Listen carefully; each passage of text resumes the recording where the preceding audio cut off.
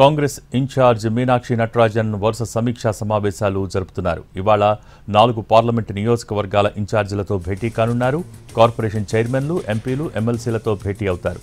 ఉదయం 10 గంటల నుంచి రాత్రి 8 వరకు వరుసగా సమీక్షలు జరుపుతారు.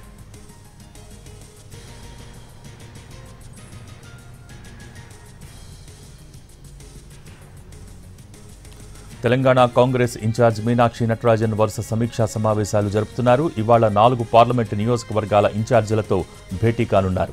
కార్పొరేషన్ చైర్మన్లు, ఎంపీలు, ఎమ్మెల్సీలతో భేటీ అవుతారు. ఉదయం 10 గంటల నుంచి రాత్రి 8 గంటల వరకు వరుసగా సమీక్షలు జరుపుతారు.